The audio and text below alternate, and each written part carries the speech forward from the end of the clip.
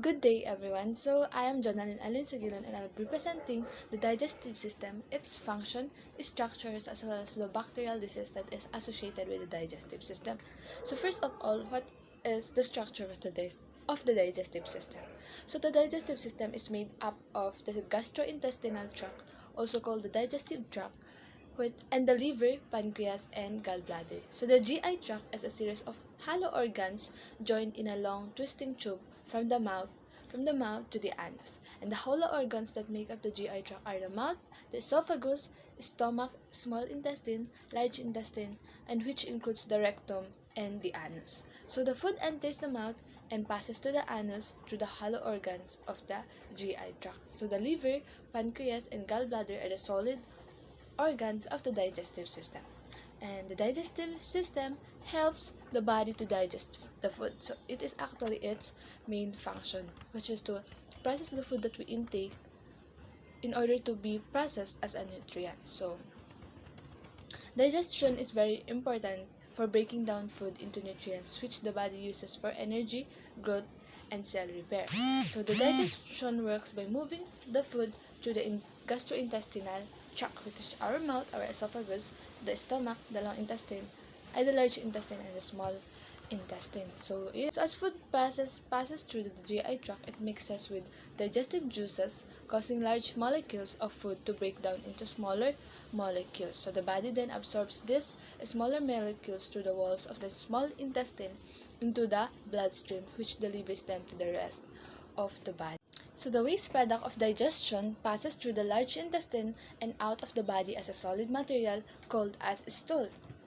And the digestive juices contains enzymes that break food down into different nutrients. The small intestines absorbs most digested food molecules as well as the water and minerals and passes them onto the other parts of the body for storage or for further chemical change. Hormone and nerve regulators control the digestive process. On the process, some of the functions of the digestive system have already been mentioned. Some functions also are for motility, by which food moves through the digestive tract due to a process called peristalsis, which is the movement of muscles in the GI tract that move the food through the digestive system. It involves the breakdown and mixing of indigestive materials all the way through the elimination of indigested dead waste from the body. Another function is secretion, which is the release of enzymes, hormones, and other substances that help the body digest the food that is eaten. And most specifically, digestion, which is the breaking down of food into nutrients. And the absorption, which is the digestive nutrients pass from the gut into the blood, so the circulatory system or lymph system can pass them onto the rest of the body for use or to store of those nutrients. I chose the typhoid fever as a bacterial disease of the lower digestive system. First of all, what is a typhoid fever?